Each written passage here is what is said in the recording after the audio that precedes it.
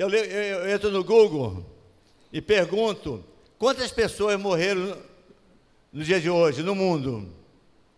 E hoje ao meio-dia e 35, eu entrei no Google e fiz a mesma pergunta. Até meio-dia e 35, irmãos, tinha morrido 117.925 pessoas. Aí você fala, poxa, pastor, o senhor sobe aí para trazer um laudo cadavérico para a gente? Não, irmãos, eu quero trazer uma notícia boa para você. Sabe por que essa notícia é boa para você? Porque você não está nessa estatística. Fala para o teu irmão, você não está nessa estatística. Então, olha só, queridos, tudo aquilo que você quer, você pode conseguir, porque você está vivo.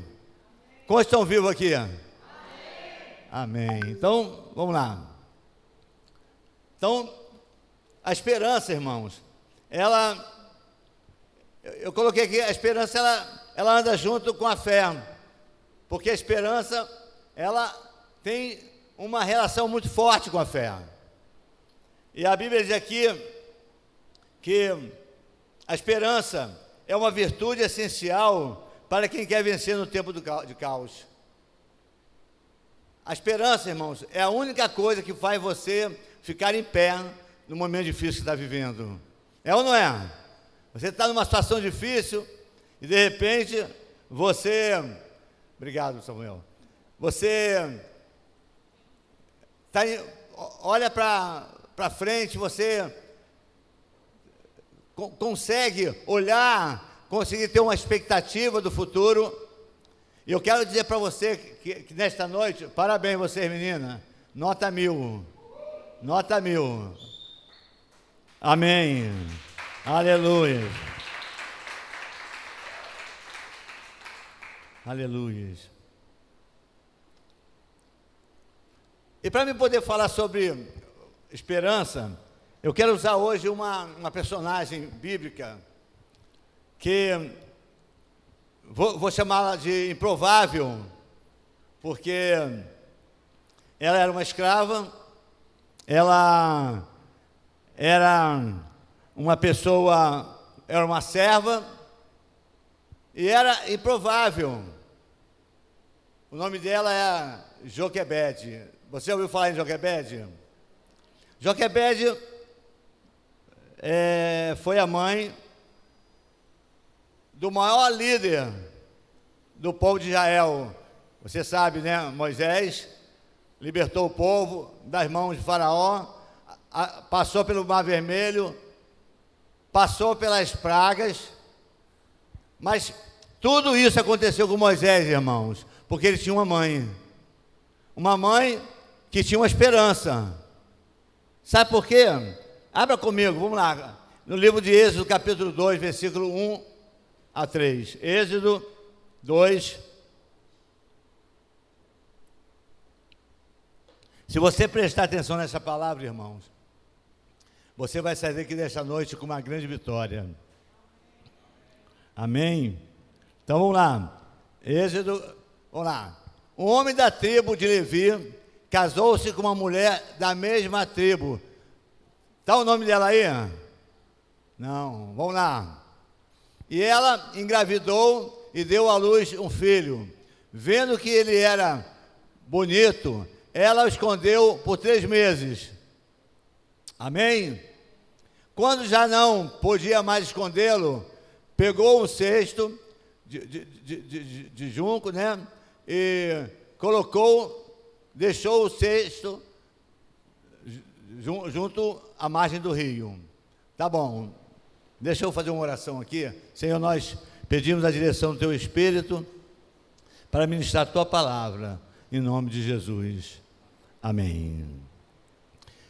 Irmãos, primeira coisa que eu quero que você saiba é que Deus é perito em trabalhar com o improvável. Deus é perito, irmãos, para mudar a história das pessoas, como por exemplo, palavra do Antônio e do Juan ali fora. Pastor, só um milagre. Eu gosto de ouvir isso, irmãos. Eu gosto desse desafio, só um milagre. Sabe por quê, meu irmão? O meu Deus, Ele é um Deus do milagre. O meu Deus é um Deus do improvável. Eu acho que hoje é a 13ª palavra que eu prego esse ano sobre pessoas improváveis. Sabe por que eu gosto de pregar isso? Porque Deus ele faz coisas que, mais do que natural, ele faz o sobrenatural. Eu não sei o que você está vivendo, e se tem alguém aqui nesta noite que está precisando de uma intervenção muito, muito forte de Deus, Deus vai fazer. Eu posso garantir a você. Uma, porque você está vivo. E quando nós estamos vivos, irmãos, nós podemos tudo.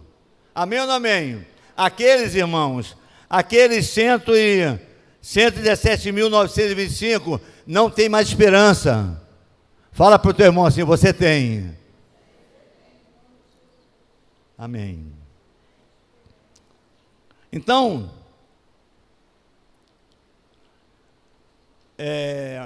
Faraó estava desesperado. Ele estava com medo de perder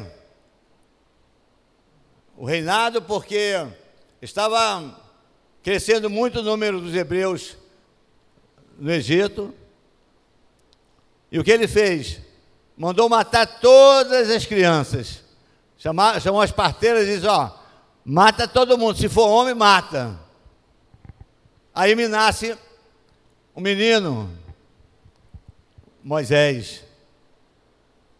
A Bíblia diz, irmãos, que a mãe dele, a Joquebede, improvável, que ninguém conhecia, foi uma escrava. De repente, dela, irmãos, nasce o maior libertador do povo hebreu, foi Moisés.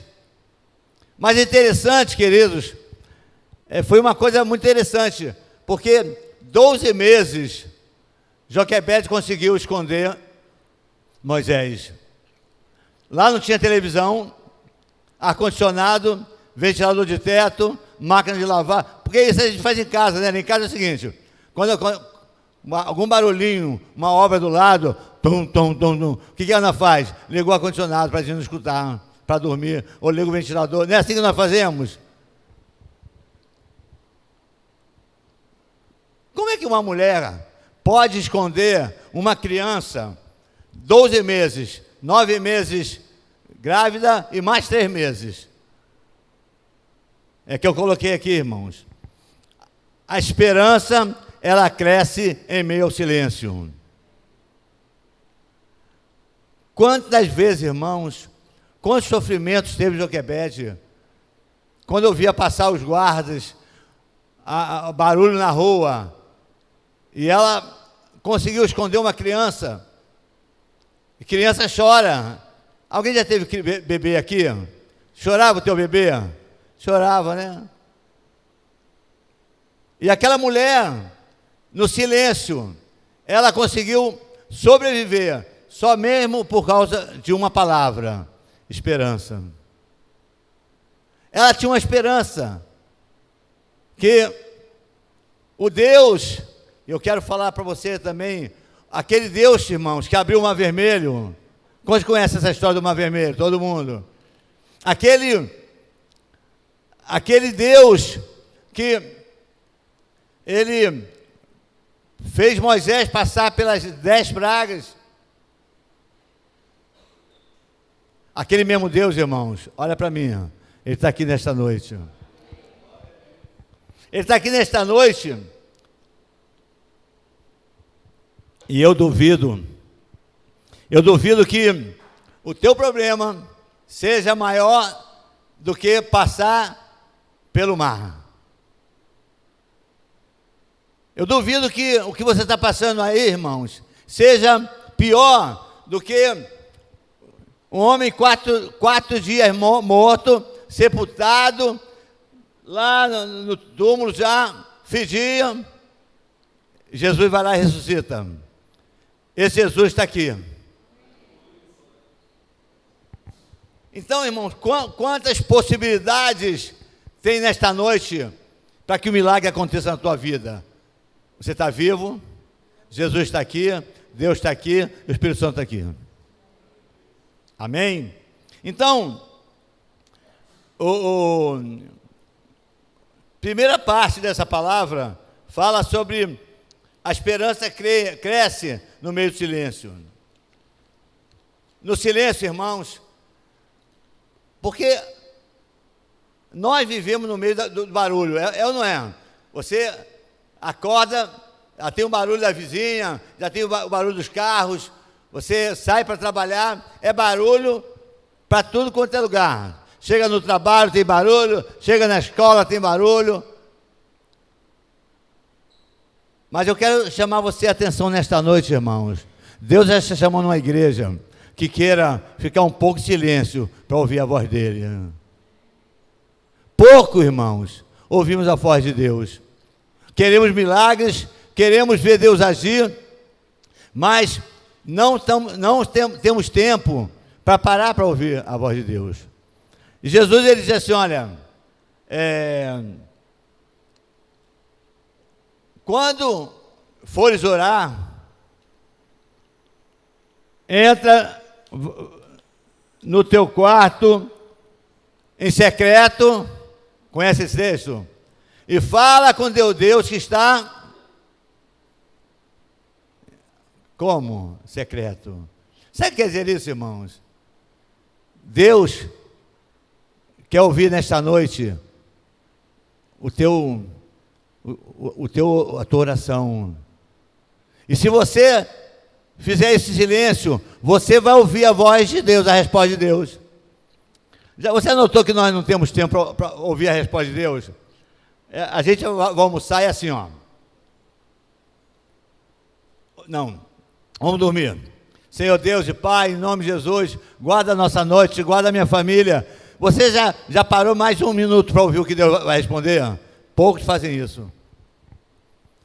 Então, irmãos, o silêncio faz parte de um processo de resposta de Deus. O silêncio faz parte de um processo para a resposta de Deus. Eu contei aqui na última vez que eu preguei, não sei se foi domingo. Não, domingo eu preguei ali na Nova Vida. Mas eu contei a história do relógio. Você lembra da história do relógio? Então, quem não se lembra, eu vou contar de novo. O dono de uma empresa perdeu um relógio dele, valioso. E aí, chamou todos os funcionários, fechou a sala e começaram a procurar. Procuraram em toda a empresa o relógio. Ninguém achou o relógio. Quando chegou a noite, quando a empresa fechou, um homem resolveu ficar dentro da sala. Meia hora depois, ele chamou todo mundo e mostrou o relógio. E as pessoas ficaram impressionadas. Como é que ele achou o relógio? Ele disse, olha, eu fechei tudo, desliguei tudo. Quando estava todo em silêncio, eu escutei o tic-tac do relógio. É assim que Deus quer fazer contigo, irmãos. Quando você quer ouvir a voz de Deus, fique em silêncio, que você vai ouvir o tic-tac de Deus. Amém? Então, essa noite Deus quer falar contigo, irmão, sobre alguns procedimentos. E Joquebede não tinha outra alternativa, que era esperança. Ela não podia fazer nada. Moisés tinha uma sentença de morte, como por causa o rei mandou. Ela não podia fazer nada, não podia sair de casa. A única coisa que brotou no coração de Joquebede era a esperança. Segunda parte, irmãos, quero falar o seguinte: a esperança vai fazer você olhar para a janela certa. Tem muita gente, irmãos, olhando para a janela errada, a janela do passado, talvez a janela da humilhação, talvez você esteja sofrendo por causa de um erro que você cometeu, ou a janela do que falaram contra você, te julgaram, disseram que você não vai servir para nada, que você não vai ser nada. Essa janela, irmãos, esta noite, Deus está me pedindo para você esquecer. Esquece, irmão, do que você passou, porque a janela de hoje vai fazer você ter uma grande vitória. Então, até eu eu ouvi uma história de uma criança, que ela tinha um cachorrinho que ela gostava muito, né? Aí o cachorrinho morreu. Aí ela pediu o pai para enterrar aquele cachorrinho no jardim da casa dela. E no dia que estavam enterrando o cachorrinho, ela ficou lá na janela olhando. Ela chorava muito, olhando o cachorrinho sendo enterrado. O avô dela olhou ela naquela situação, pegou ela e disse: menina, vamos sair daqui. Levou a netinha lá para outra janela da casa, da onde dava para o jardim florido. E ele falou: não é melhor ver isso do que aquilo? E aí a criança parou de chorar. Onde que eu quero chegar com essa história, irmãos? Muitas pessoas, irmãos, que vivem olhando para a janela errada. Você sabia que a maior causa de depressão começa em você debruçado na janela errada? Ano passado, quantas pessoas já conversaram comigo, pastor? Quando eu me lembro da morte do fulano, quando eu me lembro do meu casamento passado, errado, eu me dando a chorar, eu não paro mais nada. Alguns dizem que vai beber, alguma me disse que começa a ouvir todas as músicas do Roberto Carlos, aí se emocionam mais ainda, aí fica de madrugada sem dormir. Quero falar para vocês, irmãos, esta noite Deus está te chamando para sair dessa janela do passado e começar a olhar uma janela que vai te dar vitória, que vai te dar um bom casamento, que vai te dar saúde. Irmãos, uma outra coisa eu quero falar sobre a janela da enfermidade. Ah, pastor, a minha diabetes, o meu coração, pessoas que vivem assim, parece que namorando a enfermidade. Quero falar para vocês, irmãos, Deus nesta noite quer te curar. Eu sei que tem pessoas nesta noite que estavam precisando de um milagre de saúde. Deus vai fazer. Amém? Aleluia. Eu coloquei aqui, irmãos, que a janela certa, eu botei o nome com a janela da resposta. Por que janela da resposta? Nós vamos ver aqui. Abre a tua Bíblia no livro de Romanos 8, 28. Romanos 8, 28. Fala, pastor Diogo, que eu gostei muito desse banner aqui, ó. Sabemos que Deus age em todas as coisas para o bem daqueles que amam. Na minha versão está, sabemos que tudo concorre para o bem daqueles que amam a Deus. Amém? Sabe o que eu descobri, irmãos, ao ler esse texto e ao ouvir algumas coisas aqui? Uma das palavras que mais nós falamos na vida, você sabia? Coisas. Já notou isso? Vizinha, eu tenho uma coisa para te contar. É assim ou não é? Você liga para o teu filho: meu filho, tenho uma coisa para te contar. Quantas vezes você fala a palavra coisas durante o dia? E a Bíblia diz, irmãos, no livro de Romanos mesmo, continua aí, 8:31, 8:31, diz assim, olha: que diremos, pois, à vista dessas coisas? Mais uma vez você vê coisas. Se Deus é por nós, quem será contra nós? Romanos 8:37 diz assim, olha: em todas essas somos mais que vencedores. Amados, o poder de Deus não está nas coisas, está na resposta. Olha aqui, Paulo escrevendo essa carta a Romanos, ele diz: todas essas coisas são mais do que vencedores. Que coisas são essas, irmãos? É aquilo que você está vivendo. Pastor, essa semana mesmo nós atendemos uma pessoa: pastor, eu tenho uma coisa séria para falar com o senhor. Todo mundo, irmão, tem uma coisa séria para falar, tem ou não tem? Todo mundo usa a palavra coisa para poder resolver o seu problema. E olha só, o que Deus quer nesta noite, irmãos, saber, olha só, que diremos, pois, à vida dessas coisas? Que resposta você vai dar a essas coisas? Fala para o teu irmão assim, meu irmão, que resposta você vai dar a essas coisas que você está vivendo? Eu sei que tem pessoas que estão vivendo coisas sérias, às vezes até coisa boa. Eu tenho uma coisa boa para te contar, arranjei um namorado. Eu não, que eu não... Né? Mas tem coisa boa também. Mas todos nós temos uma coisa para contar. Eu ligo para o Mário, às vezes, Mário, tem uma coisa para te falar. Ninguém, irmãos, ninguém foge dessa palavra coisa.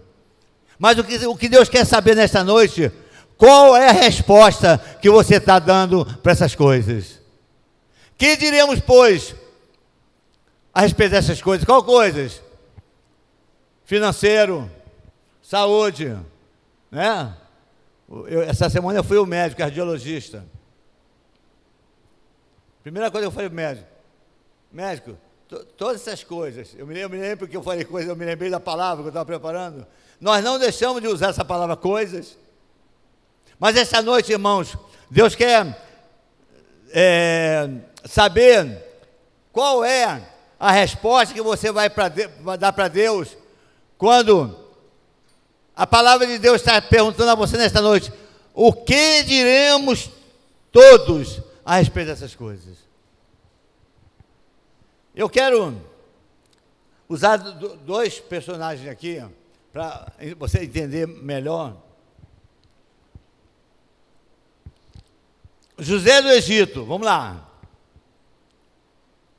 José do Egito, ele teve o quê? Deus deu-lhe uma visão, deu ou não deu? Qual foi a visão de José? Sonho. O sonho dizia que ele ia ser autoridade, ele ia governar, amém ou não amém? Para completar, seu pai, para completar o sonho, deu-lhe uma capa. A capa representava o quê? Autoridade. E aí o que acontece, irmãos? Aí José começa uma vida tranquila, né? É ou não é, irmãos? Não, começa as coisas. Começa a acontecer coisas na vida de José. Irmãos, se está acontecendo coisas na tua vida, é porque você tem uma promessa. É porque Deus vai fazer algo forte na tua vida. Veja só, que coisa é essa, irmãos? Eu tenho um sonho que eu vou governar. Meu pai me dá uma capa para completar o meu sonho, para mostrar, tá aí, meu filho vai ter autoridade. Eu vou somar com a autoridade dele. Eu vou dar uma capa. Todo mundo tem que saber que meu filho vai governar. Logo depois ele vai para uma cova. Quantas pessoas, irmãos, estão numa cova por causa de um processo de Deus? A cova é uma coisa. A cova é uma das coisas que José passou. O que você está passando, irmãos? Pastor, eu estou igual José, eu estou numa cova, me julgaram, eu estou humilhado. Irmãos, é o processo que Deus escolheu para a tua vitória. Quem tem promessa, irmãos, vai sempre aparecer covas na tua vida. Agora vê, o que Deus queria? Deus queria fazer José crescer. Irmãos, o que você está passando é um processo de aprendizagem para você saber no futuro dominar e governar. Deus te chamou para governar. Fala para o teu irmão, meu irmão, Deus te chamou para você governar.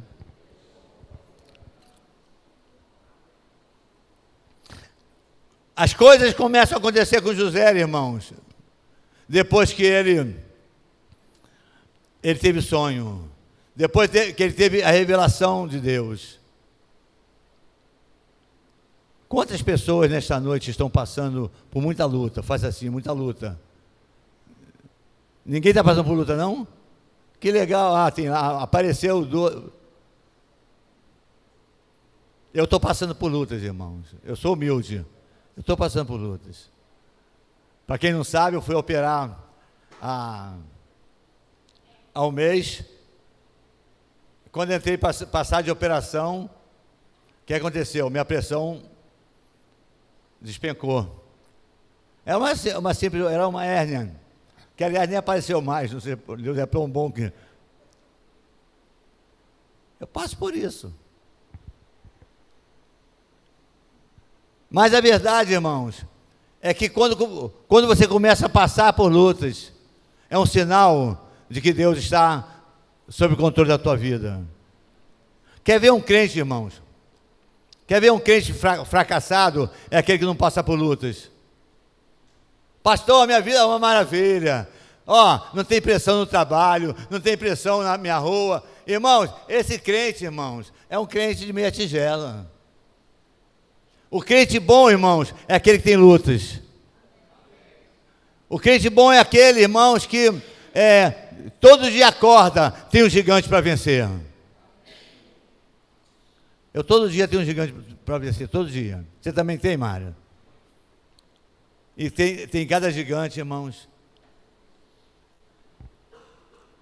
Eu estava falando para o pastor Renato esses dias, que um dos cracudos que nós ajudamos lá em Ramos,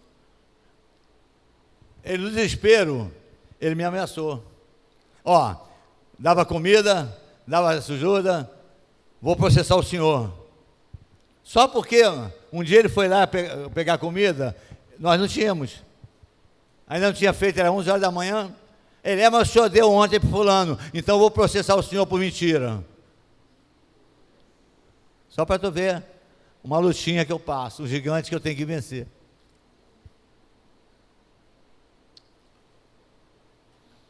Você quer ver uma coisa, irmãos? Uma coisa interessante aqui.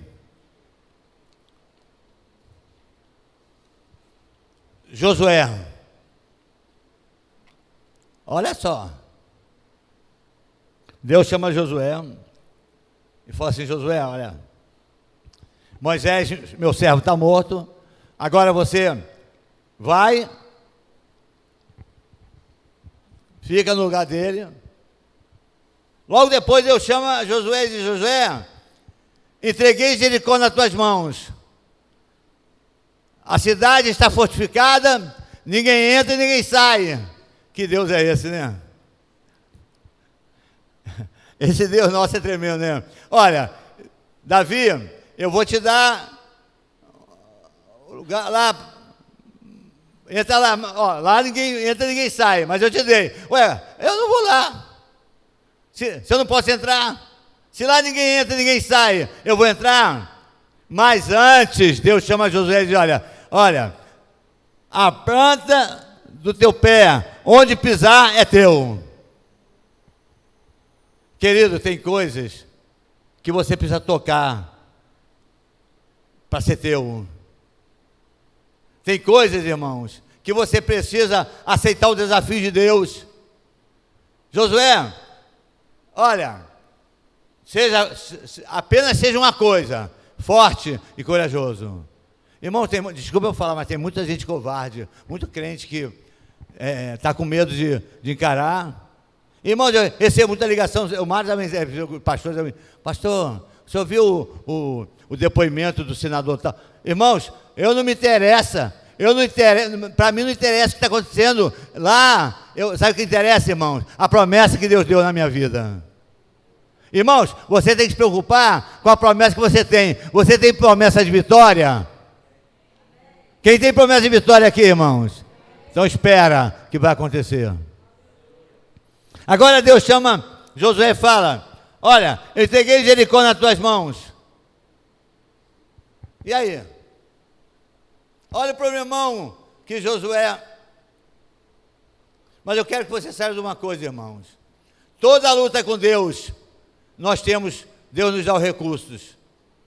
Deus não manda você fazer nada difícil que você não tenha recursos. Eu estava contando para um pastor essa semana sobre a visão do Mário sobre a compra do recreio. Irmãos,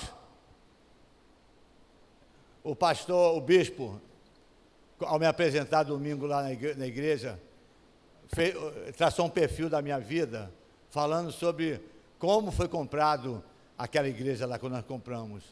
Estava falando, ele falou no altar, não foi, Ana? Faltava 5 milhões. Faltava 5 milhões. Era 30 milhões, naquela época era milhões. Faltava 5 milhões na quinta-feira. Para sexta-feira, eu pegar o terreno. E aí, quando não tinha mais alternativa nenhuma, eu fui aos bispos.